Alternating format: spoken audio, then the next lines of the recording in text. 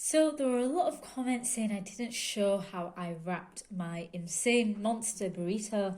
So I'll show you how. It's not going to look anything perfect, but I like to just tuck the short ends together after overlapping my tortillas.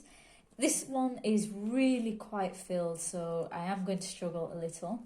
And I lift one end up and I try to lift it right to the other end of my burrito, way past the fillings. Some do drop out, but it's not really the end of the world. You can always just eat them or push them back in. And I just tuck it in as best as I can, scrunch it all together, and voila, you have a burrito. I try to turn it seam side down and then I toast it underneath the seams. You can, of course, make it look neater than I do. I filled mine so much, so it's harder to do. But that's really all it is.